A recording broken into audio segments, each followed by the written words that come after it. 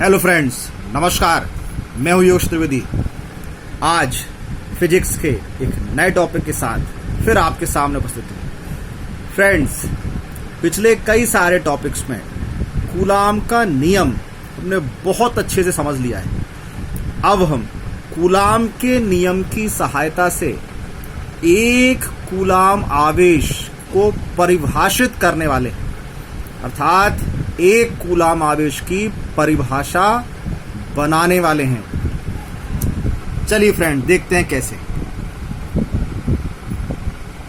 हम जानते हैं यदि Q1 और Q2 परिमाण के दो बिंदु आवेश वायु या निर्वात में एक दूसरे से r दूरी पर स्थित हों तो उनके मध्य लगने वाला जो बल है उसका SI पद्धति में जो मान होता है वो है F is equal to 1/4 pi epsilon naught Q1 Q2 upon R square newton. ये वैल्यू कहां से आई फ्रेंड्स? कूलाम के नियम से। अब इसके बाद इसमें ये जो 1/4 पाई एप्सिलॉन नॉट है इसकी संख्यात्मक वैल्यू रखी गई है, जो कितनी होती है? 9 × 10⁹।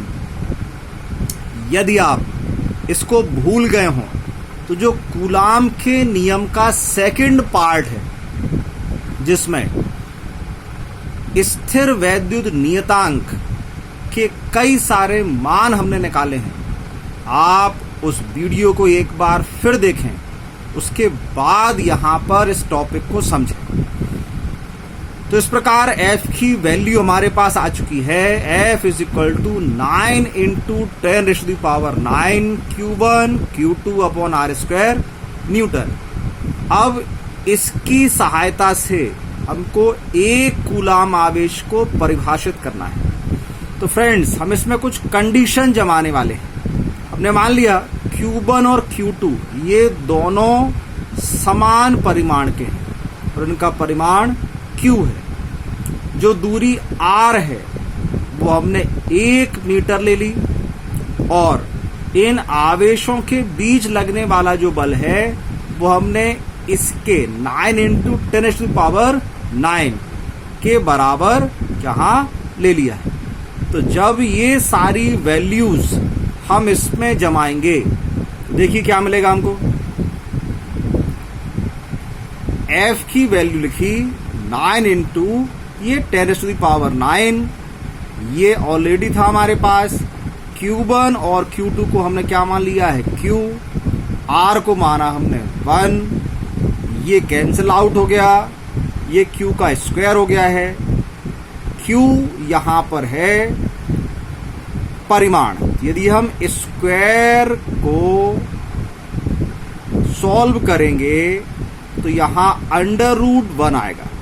उसकी वैल्यू ±1 होती है, लेकिन Q परिमाण है, हमको हर स्थिति में केवल संख्यात्मक मान चाहिए है, इसलिए Q की वैल्यू कितनी आ गई? 1। अब हम SI यूनिट में चल रहे थे तो Q की वैल्यू जो 1 है उसकी इकाई कूलाम होगी। तो इस प्रकार Q की वैल्यू आ गई 1 कूलाम। तो ये तो हमने मैथमेटिकली ये कंडीशन जमाई और हम पहुंच गए Q की वैल्यू 1 कूलाम पर। लेकिन अब इसको हम परिभाषित कैसे करें, इसकी परिभाषा कैसे दें?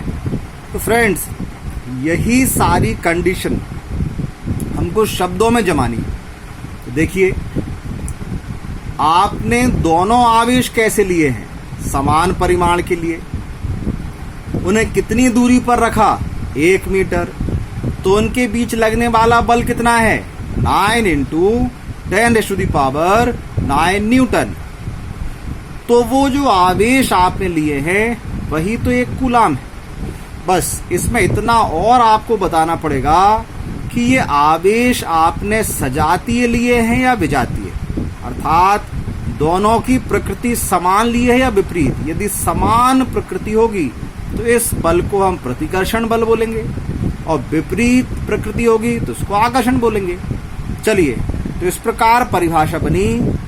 अतः एक कूलाम आवेश वह आवेश है जो अपने बराबर तथा सजातीय अब अगर मैं सजातीय को लेकर कंडीशन बनाऊंगा तो सजातीय से प्रतिकर्षित होगा, और विजातीय को लेकर बनाऊंगा तो आकर्षित। अब आप समझ जाना इस चीज को।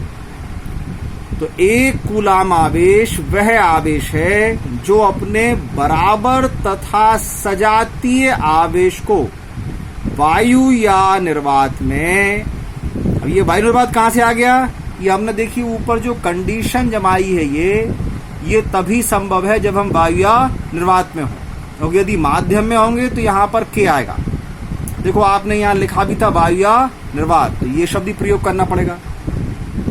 तो एक कूलाम आवेश वह आवेश है जो अपने बराबर तथा सजातीय आवेश को वायु या निर्वात में 1 मीटर की दूरी पर रखने पर उसे 9 × 10⁹ न्यूटन के बल से प्रतिकर्षित करता है। यदि हम यहाँ सजाती की जगह विजाती लेते तो फ्रेंड्स क्या बोलते आप? आकर्षित करता है। इस प्रकार ये डेफिनेशन थी एक कूलाम की। मुझे उम्मीद है आप इसको बहुत अच्छे से समझ गए होंगे। अब आप ऐसे ही एक स्थैत कूलाम की परिभाषा भी बना सकते हैं। कैसे? कूलाम एसआई यूनिट है, इसलिए ये हमने सब एसआई यूनिट का बल लिया है, दूरी एसआई यूनिट के लिए है। अगर हम स्थैत कूलाम की परिभाषा बनाना चाहेंगे तो ये फॉर्मूला जो एफ का लिया है वो किसका आएगा? सीजीएस वाला। तो सीजीएस में इसकी वैल्यू यहाँ पर 1 हो जाएगी, तो F = Q1 Q2/R²। डाइन होगा। R जो दूरी हमने मानी है, जैसे यहाँ मीटर में, उसको सेंटीमीटर में मानेंगे, तो F की वैल्यू हो जाएगी 1 और परिभाषा आपकी बन जाएगी। प्रयास करिए आप, मुझे उम्मीद है आप उसको जरूर बना पाएंगे। तो आज का वीडियो आपको समझ में आ गया होगा। फिर मिलेंगे नेक्स्ट वीडियो में किसी नए टॉपिक के साथ। तब तक के लिए नमस्कार।